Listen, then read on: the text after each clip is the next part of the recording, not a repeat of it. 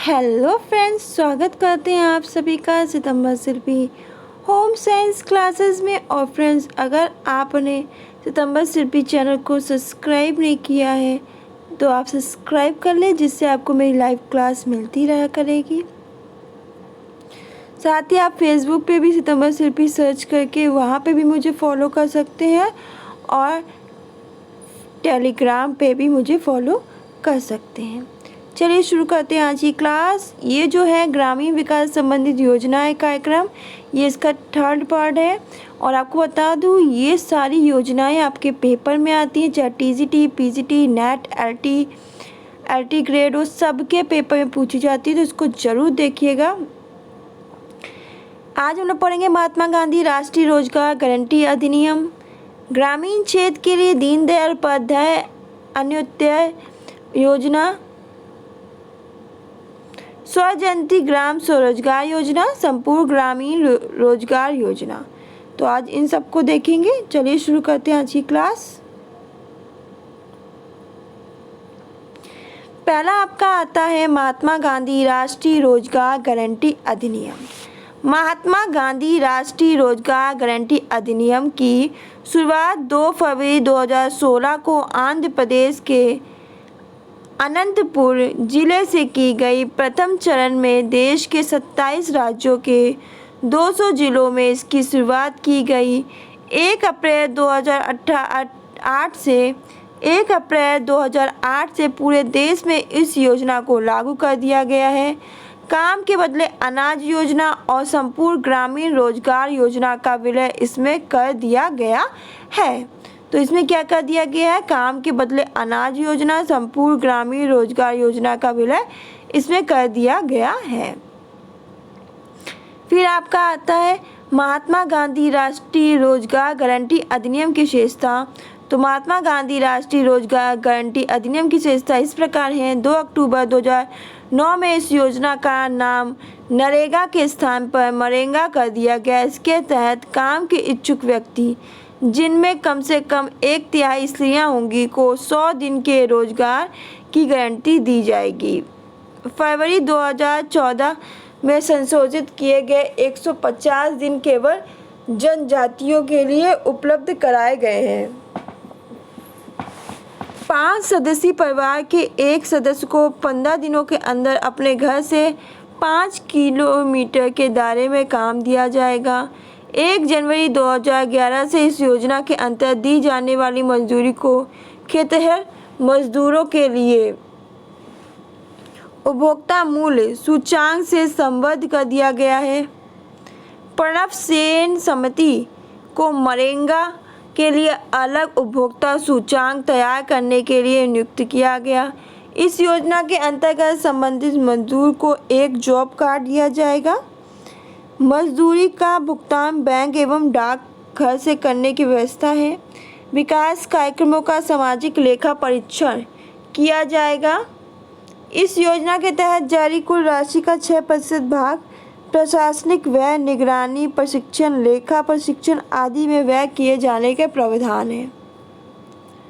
मरेगा मिहिर शाह समिति की सिफारिशों के अनुरूप मरेगा 2 वास्तव में दूसरी पीढ़ी का मरेगा कार्यक्रम है।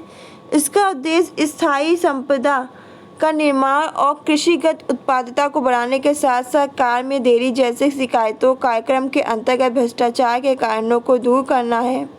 इसकी जो मुख्य विशेषता है इस प्रकार है। पहला, कार्यक्रम में मांग आधारित पहलू को मजबूत करना, श्रम बजट की प्रस्तुति, सख्त समय सारणी का पालन, पर्याप्त मानव संसाधन, स्वकार्य कार्यों की विस्तारित सूची, भुगतान में देरी को कम करना। ग्रामीण क्षेत्र के लिए दीनदयाल उपाध्याय अंत्योदय योजना। तो इस योजना की शुरुआत वर्ष 2014 में की गई। इसके अंतर्गत ग्रामीण घटक दीनदयाल उपाध्याय ग्रामीण कौशल्या योजना का कार्यान्वयन केंद्रीय ग्रामीण विकास मंत्रालय द्वारा किया गया। ग्रामीण योजना की जो मुख्य बिंदु थे वो क्या थे? तो इसके मुख्य बिंदु थे, जिसमें पहला था कि योजना का उद्देश्य ग्राम युवाओं को प्रशिक्षित करना है। योजना के अंतर्गत शामिल होने के लिए न्यूनतम आयु 15 वर्ष है। आजीविका कौशल कार्यक्रम में शामिल होने के लिए न्यूनतम आयु 18 वर्ष थी। ग्रामीण क्षेत्रों में बेरोजगारी की समस्या का समाधान करने के लिए कौशल विकास प्रशिक्षण केंद्रों की स्थापना की जाए। तो क्या है कि आजीविका कौशल विकास में शामिल होने के लिए जो न्यूनतम आयु कितनी है, 18 वर्ष थी, और ग्रामीण क्षेत्रों में बेरोजगारी की जो समस्या है उसका समाधान करने के लिए कौशल विकास प्रशिक्षण केंद्रों की क्या की जाए, स्थापना की जाए। योजना के अंतर्गत प्रदान किए जाने वाले कौशल अब अंतर्राष्ट्रीय मानकों के मुकाबले होंगे, प्रधानमंत्री के मेक इन इंडिया अभियान के पूरक बनेंगे। कौशल्या योजना में विकलांगों के प्रशिक्षण की ज़रूरत का भी ध्यान रखा जाएगा। जो कौशल्या योजना है उसमें क्या होगा, जो विकलांगों की प्रशिक्षण की ज़रूरत का भी ध्यान रखा जाएगा। ग्रामीण युवाओं में कौशल विकास के लिए अंतर्राष्ट्रीय कंपनी समेत निजी क्षेत्रों की कंपनी को भी शामिल किया जाएगा। तो क्या होगा, जो ग्रामीण युवाओं में क्या होगा, कौशल विकास के लिए अंतर्राष्ट्रीय कंपनी समेत निजी क्षेत्रों की कंपनी को भी शामिल किया जाएगा। संपूर्ण ग्रामीण रोजगार योजना, तो रोजगार आश्वासन योजना और जवाहर ग्राम समृद्धि योजना को मिलाकर 25 सितंबर 2001 को संपूर्ण ग्रामीण रोजगार योजना प्रारंभ की गई। इस योजना में ही जवाहर रोजगार योजना को शामिल कर लिया गया। संपूर्ण ग्रामीण रोजगार योजना का उद्देश्य ग्रामीण क्षेत्रों में खास सुरक्षा के साथ साथ दिहाड़ी रोजगार का अवसर बढ़ाना, क्या दिहाड़ी रोजगार का अवसर बढ़ाना था। इस कार्यक्रम का मुख्य लक्ष्य समाज के कमजोर वर्गों पर ध्यान देना था। इस योजना में खर्च की जाने वाली धनराशि केंद्र और राज्य सरकारों द्वारा 75:25 के अनुपात में वहन किए जाने का प्रावधान था।